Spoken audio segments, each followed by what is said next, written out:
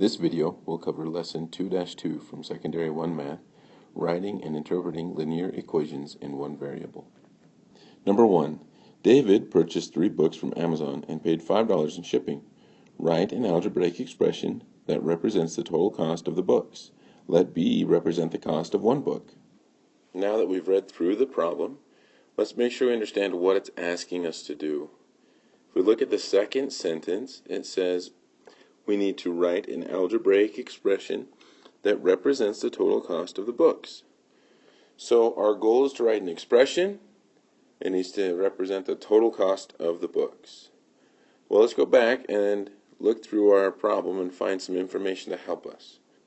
So if we read through it again, we'll see David purchased 3 books from Amazon and paid $5 shipping. So right here we know that he purchased 3 books and we know that he paid $5 in shipping. If we go to the last sentence, it said that we want to let B represent the cost of one book. So if B is the cost of one book and we want to find the cost for 3 books, then it's going to be 3 times the cost of one book.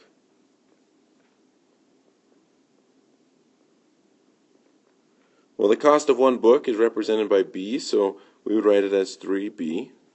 And then we have to pay shipping, so we're going to add the 5. And this expression represents the total cost of the books. Number 2, again, we'll just read through it first. Some friends went to dinner. They bought several pizzas for $6 each and paid $2.40 in taxes. Write an algebraic expression that represents the total cost of the dinner. Let P represent the number of pizzas. So again, our objective is to write an algebraic expression. In this case, we want to represent the total cost, again, of dinner this time. So let's go back and look at our second sentence and find information about what they bought at dinner. Well, they bought several pizzas for $6 each. Several meaning there's multiple, so that's a good indicator of where we might place this in an expression.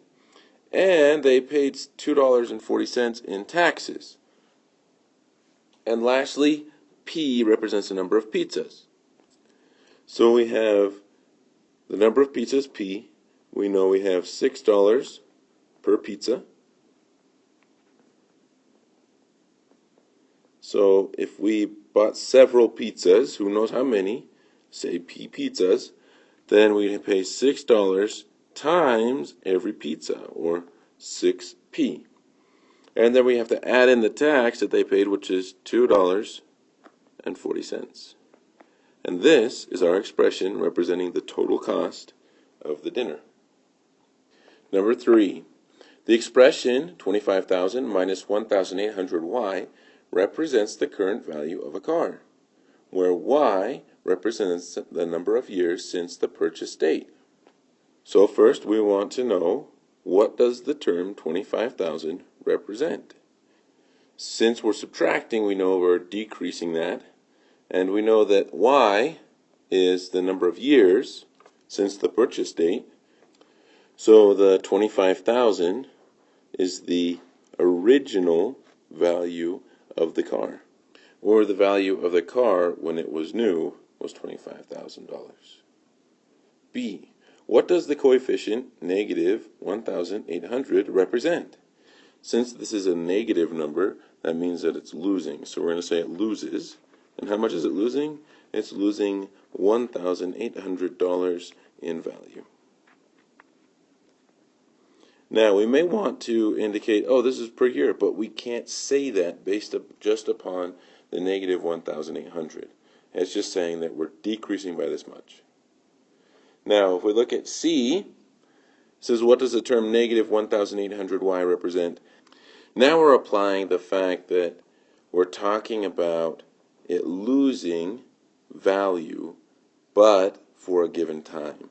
So we say that this loses $1,800 in value per year.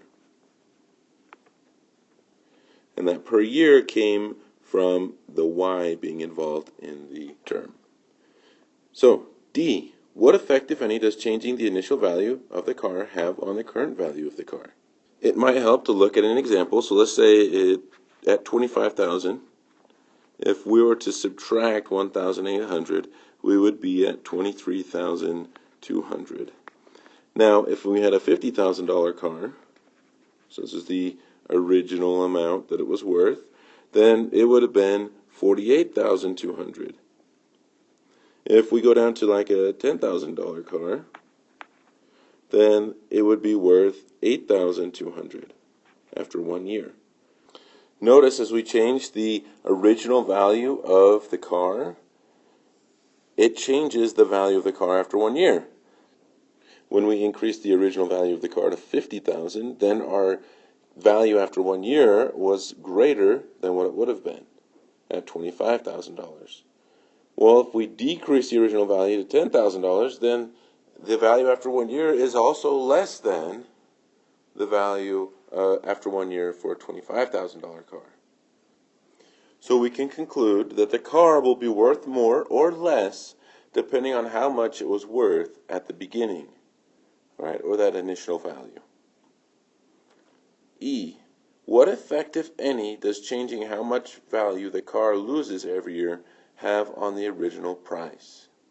This has no effect on the original price. And we can say it has no effect on the original price. And we can say it has no effect on the original price for a few different reasons. Mathematically, we can say it doesn't because 25,000 is a constant. And if I'm subtracting a different number, it doesn't matter. That constant is going to remain the same. Secondly, if I'm buying a car, I'm going to buy the car at the cost.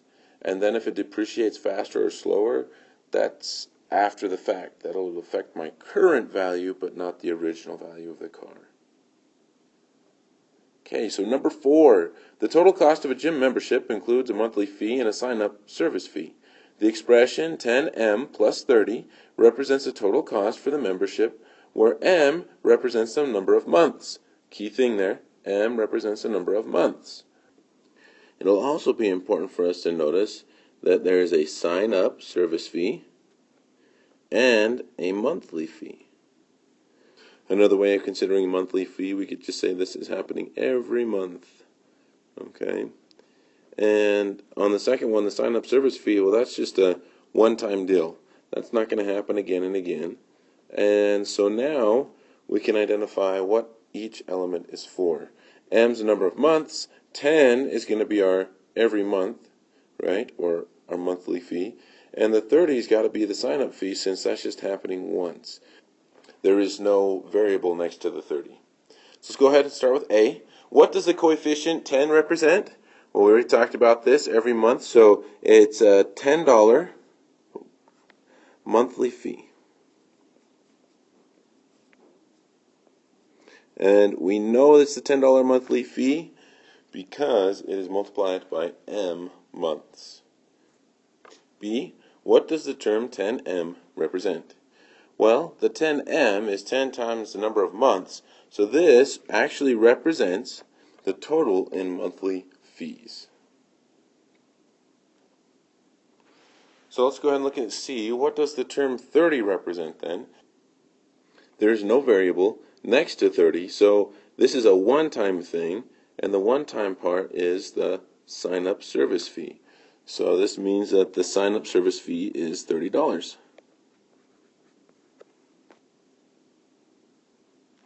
D. How does changing the monthly fee from $10 to $15 affect the total cost?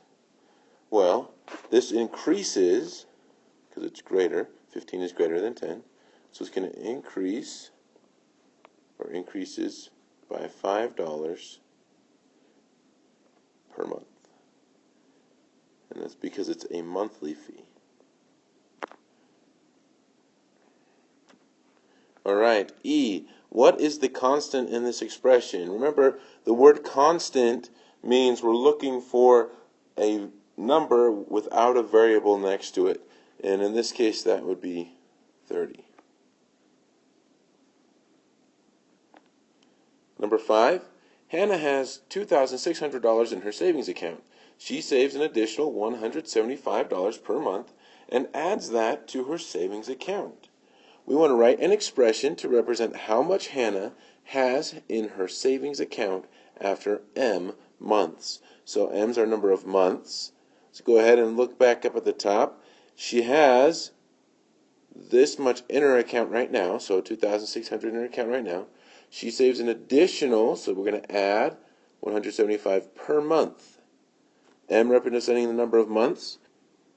So the balance of her bank account at any given number of months would be $2,600 plus $175 per month, or 175 M.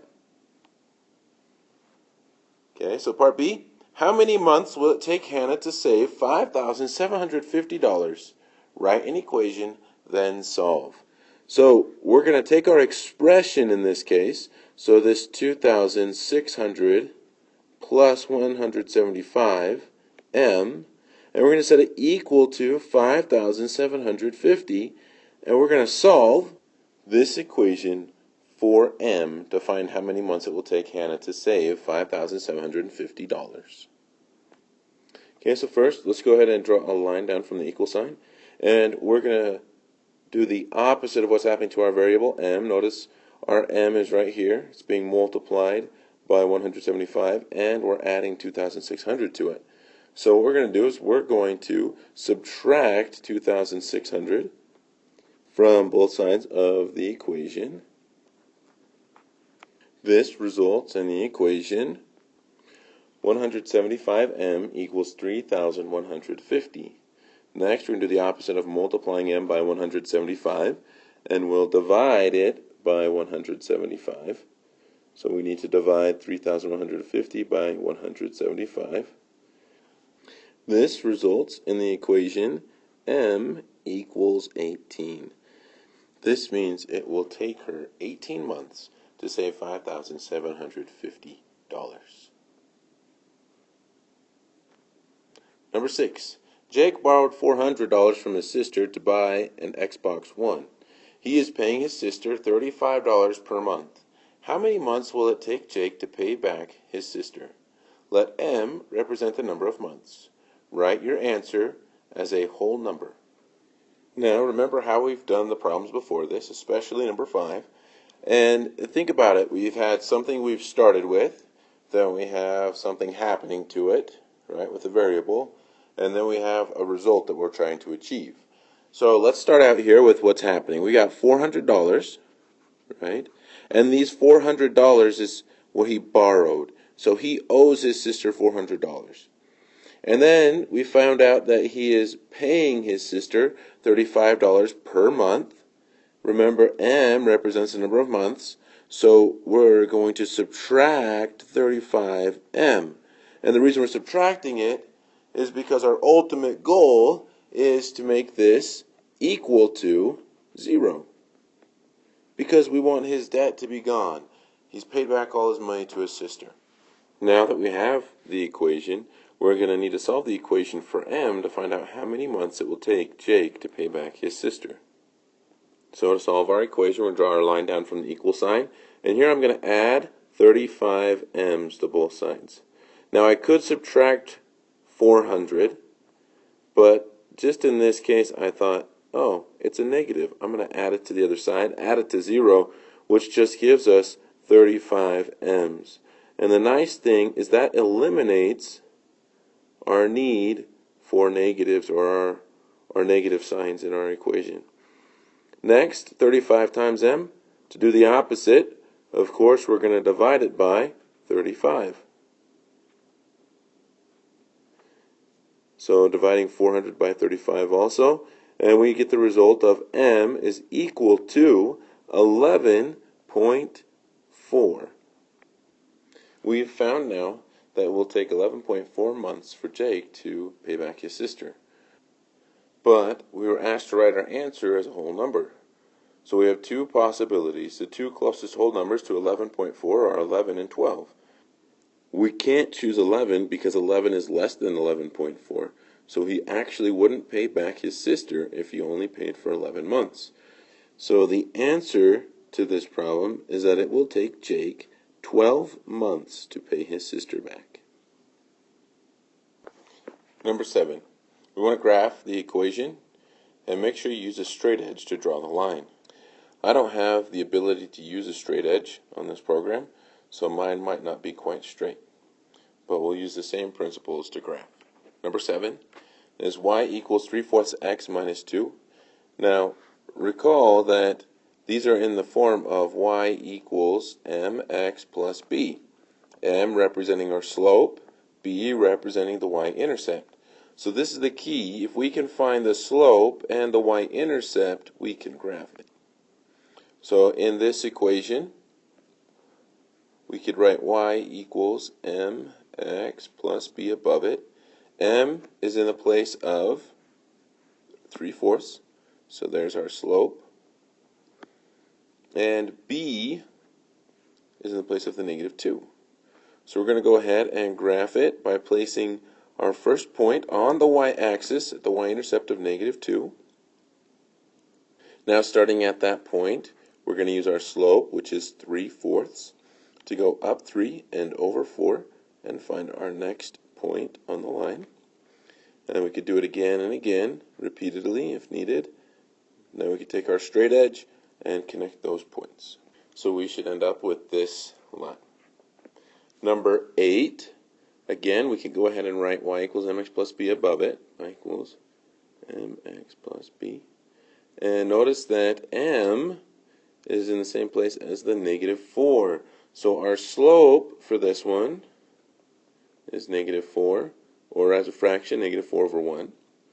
And our y-intercept doesn't have anything there. So our y-intercept, or b, is 0. So we start at 0. And then we're going to go down 4. It's -4 over 1. The right one.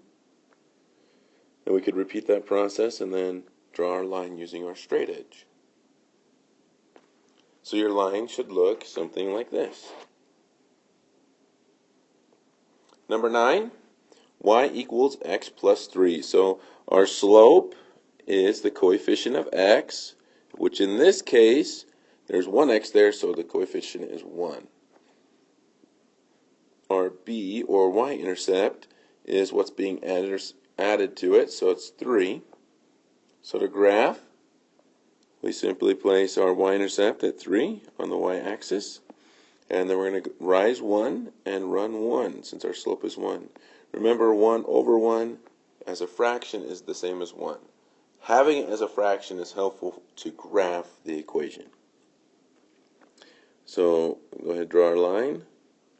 Remember, use your straight edge.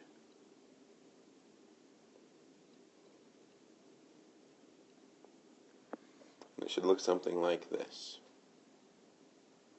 Number 10, y equals 5. Here, notice we don't have a term with an x in it. And so there is no slope involved that we can see, but we do know that y equals 5. So y, the y-axis, at 5. Perfect. There's a point.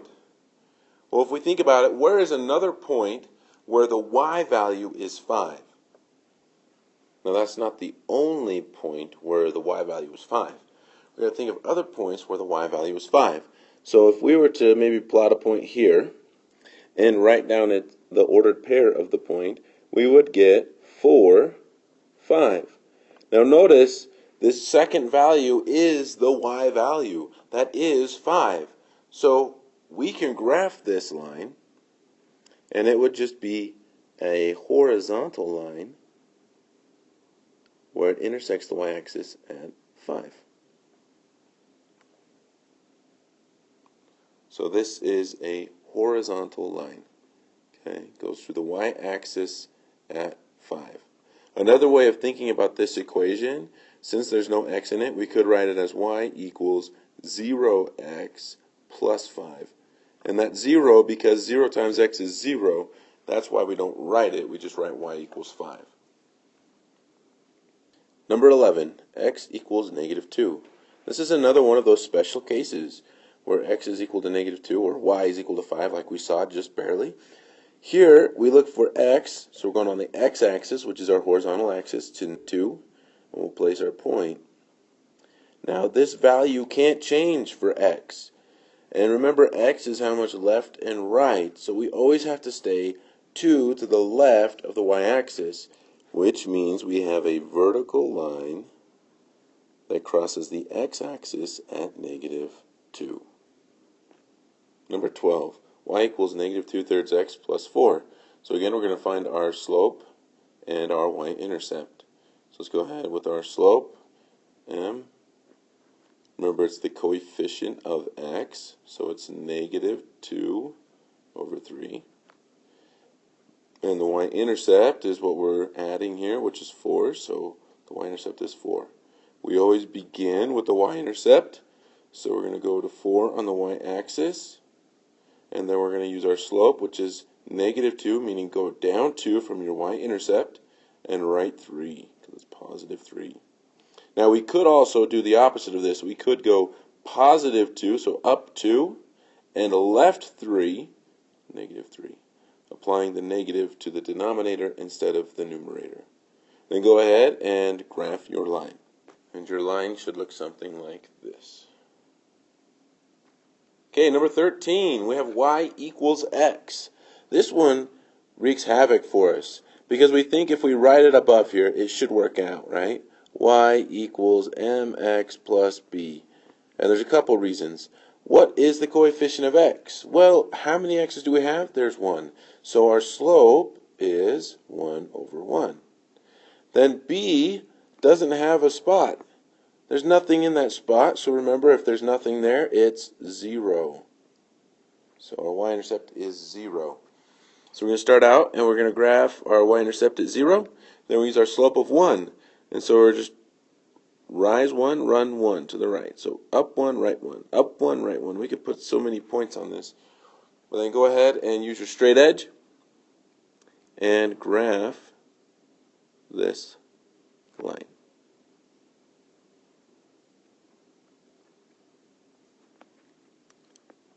Okay, so number 14. Y equals -x plus 5. Again, this one gets a little bit tricky just because what's the coefficient of x? It looks like it's just negative, but it isn't. It's actually -1. So we're going to have -1/1. Our y-intercept is 5. That's what we're adding here. Right. Slope was right here, which we always have a 1 there. Okay. So we're going to go up to 5 on the y-axis. Place our first point. Use our slope now. -1/1. So down 1, right 1. Rise over run. Or we could do 1 over -1, which would be up 1 and left 1. Now use your straight edge and graph the line. Okay, last one, number 15. Y equals -1/4 x. So again, we're going to identify our slope and our y-intercept. So the slope here is -1/4 or 1 over -4. And the y-intercept is, there's nothing there, so it's going to be 0. So we're going to go ahead and start by graphing our y-intercept at 0. Now we're going to use our slope. Remember, rise over run. This is rise over run. Okay, so we're going to rise either -1 and run 4, or we're going to rise 1 and go left -4, or left 4 because it's a -4. And then we can take our straight edge and connect our points to graph the line. And you should end up with a line like this. This concludes the video of Lesson 2-2 of Secondary 1 Math, Writing and Interpreting Linear Equations in One Variable.